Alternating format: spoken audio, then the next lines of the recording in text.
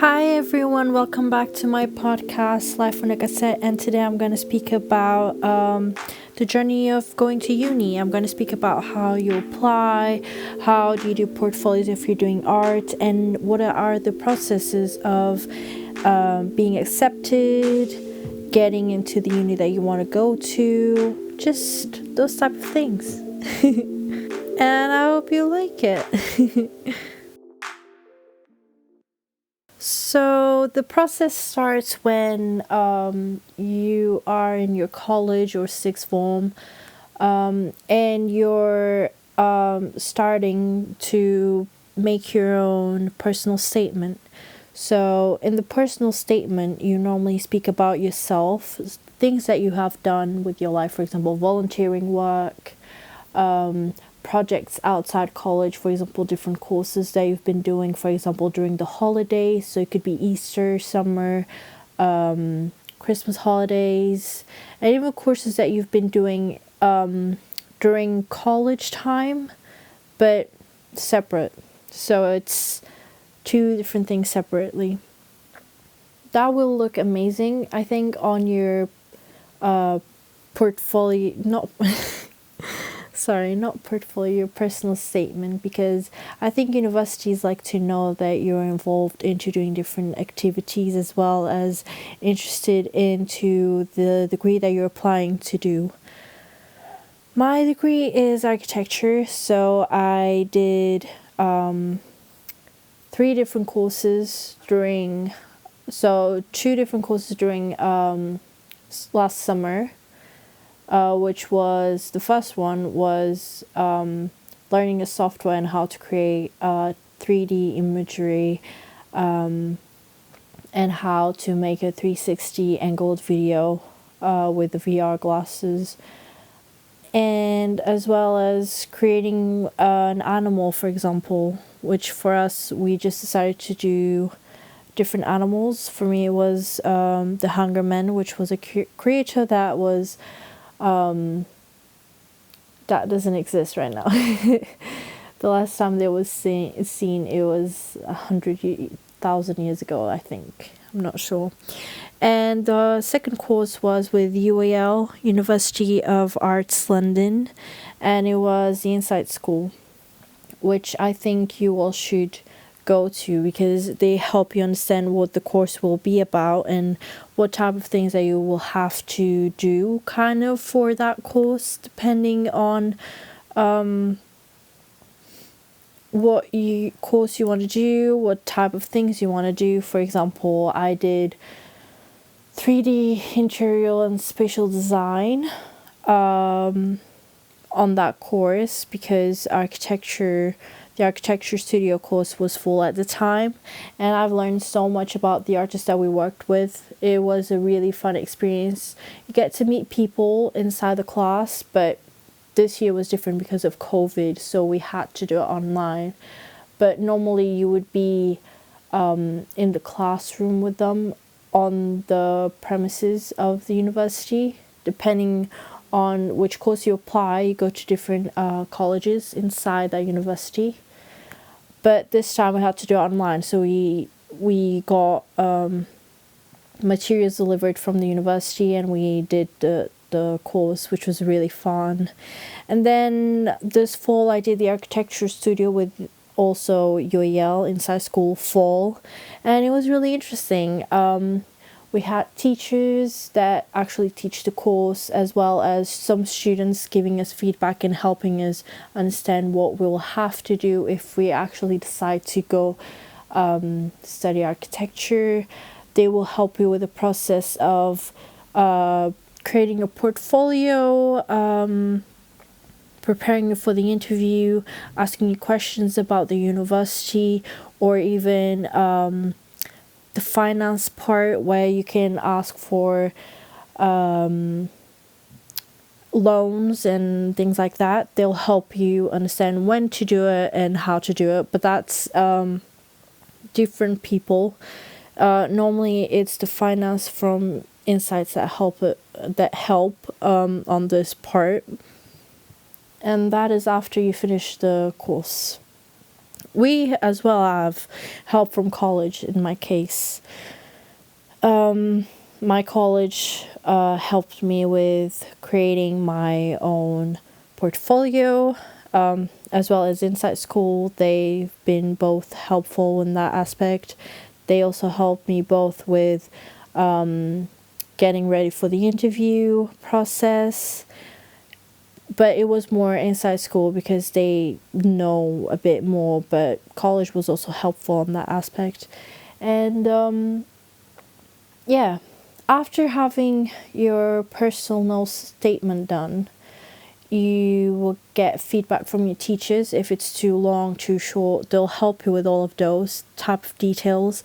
Then they're going to ask you to create a UCAS account, but I think it's going to be in class. For me, at least, it was in class.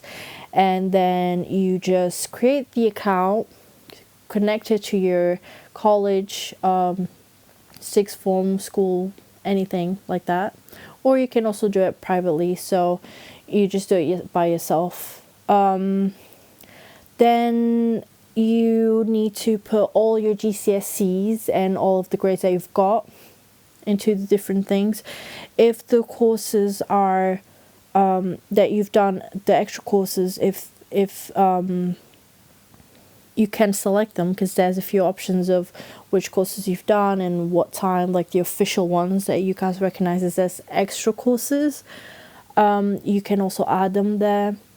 And then you will get to the part of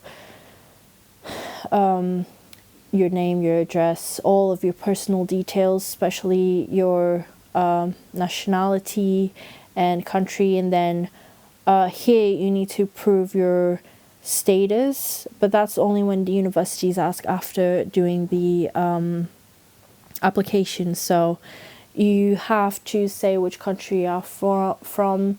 If you have double nationality, you put that down and stuff like that. Then you go to the next page, which will be the university choices. When you select universities, it doesn't matter which order they'll be, because they're going to put it into alphabetical order. So it doesn't, if the university that you actually want, it's not on the first place on the list, don't worry about that, because that's normal. I've asked my teacher, she told me that.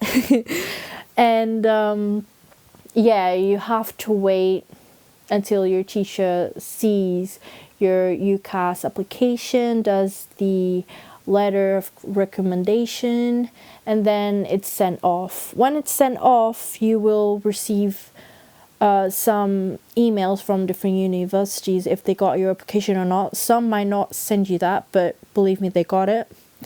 Then they will contact you with requests of portfolio interviews, and also the status of pre-settled or settled status, which you can get by going to the government's website.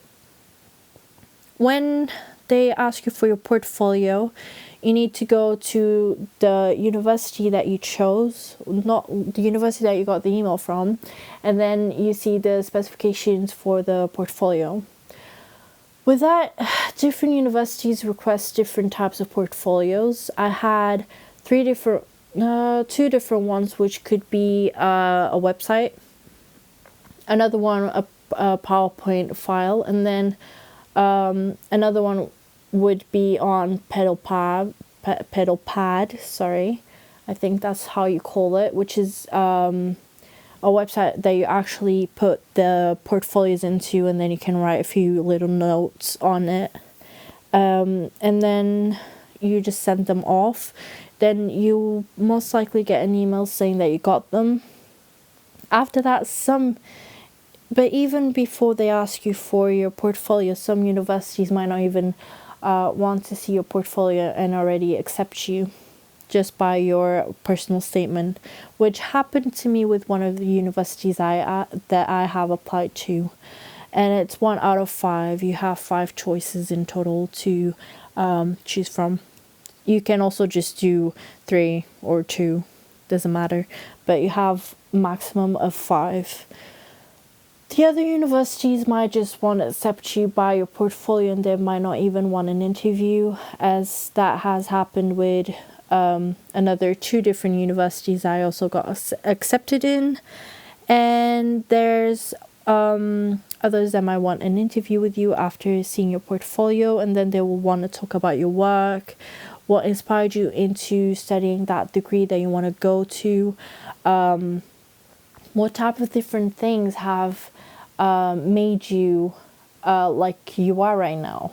For example, how did you got interested in this degree, and how was that journey, what type of things you've done. They're gonna ask you why did you choose their university to study in, if you've done research on the university, and then you just say all the things that you've looked at the website, and all of the things that they have that you like a lot. And then after that, you just need to wait for their responses. At this moment, I'm waiting for 2 out of my 5 universities choices, if I got a yes or a no. The other 3 I was accepted in, and then you have to follow their terms and conditions. For me, it's to get a certain grade to be able to get into their university, and I need to prove to them by the end of August or middle August what my grade was, and if I want to go to that university or not. That is something that you'll do with UCAS and your teacher's help, I think. And then you just, but before getting going into accepting the choice and the offer that they gave you, you have to start thinking of applying for loans if you need some.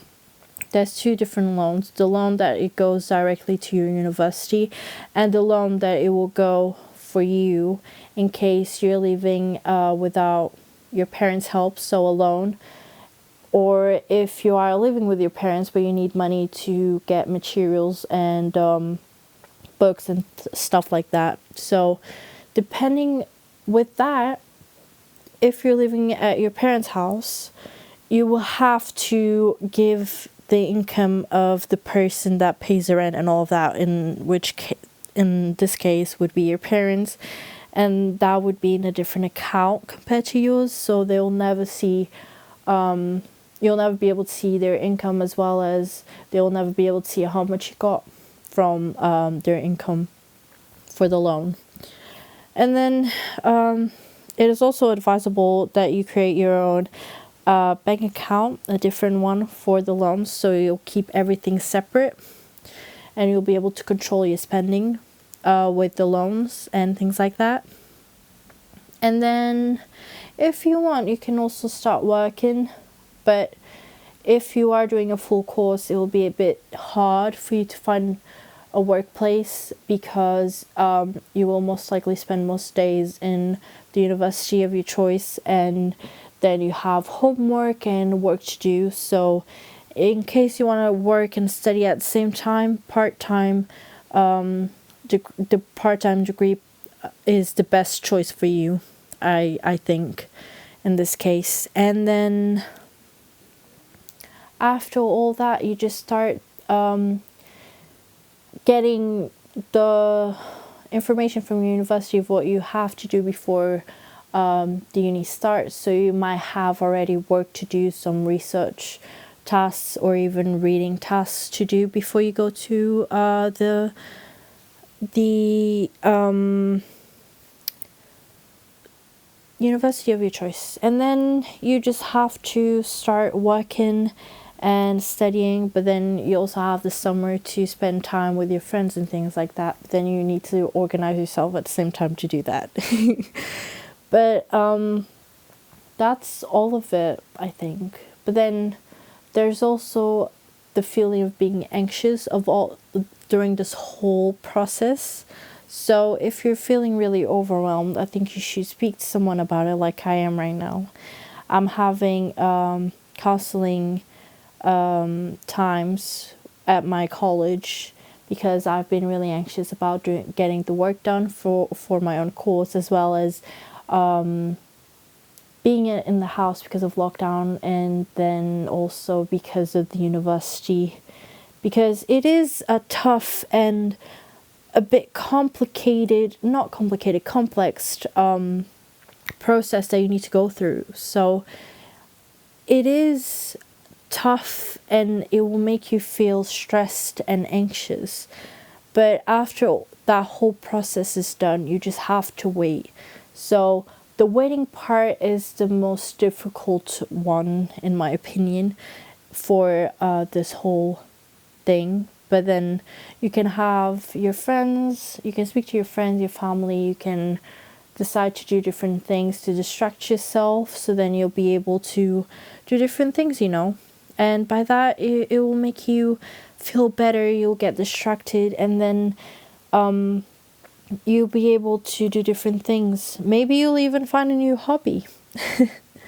But yeah, right now I am just trying to distract myself by doing work, which is good, and spending time speaking to my boyfriend, friends, family, and I'm just focusing right now into not worry about which universities will say yes or no to me.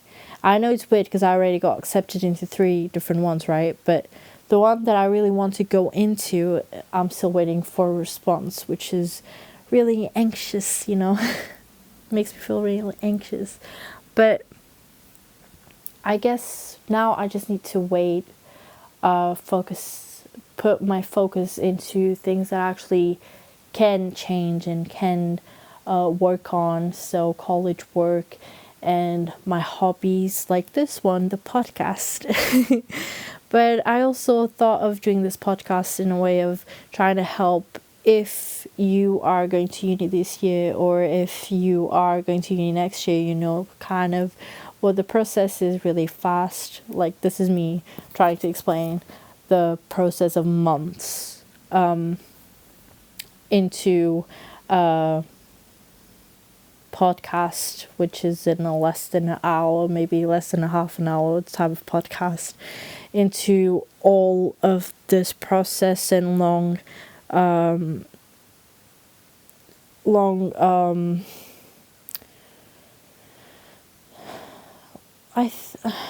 it's a long and anxious and stressful process, but then it will make you successful at the end of it.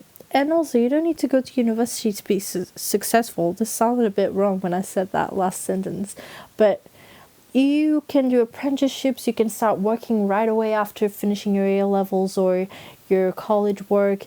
You can just do whatever you want. That doesn't mean you will be less successful. But for me to be actually successful in what I want to do, I actually need to go to university and do the course I want to, which is architecture.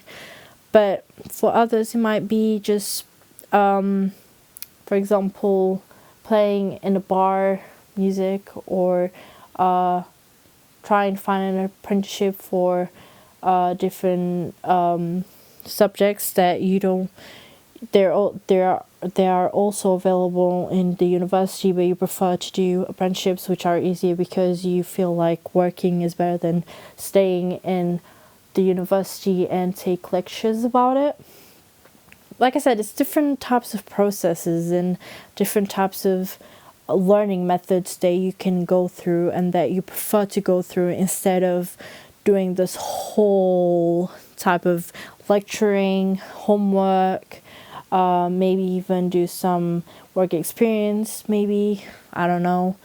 It's, like I said, it's different types of things for different types of people. If you are the person that you prefer to do apprenticeships, then go ahead, do it. But right now, I don't know how apprenticeships work, but maybe if I find out, I'll also make a podcast about it. I'm not sure. But, yeah. I hope you enjoyed this podcast. Please don't forget to go into our social media Life on a Cassette on both Twitter and Instagram and tell me what you thought of this podcast, as well as your ideas into going to uni, doing apprenticeships, and all of those type of things, okay? I want to know your ideas, and maybe if you have questions, you can also question me with DMs or just tweeting. Don't forget to use our hashtag Life on a Cassette podcast, and maybe I'll be able to answer some of your questions, okay? Well, I hope you're all well. Bye.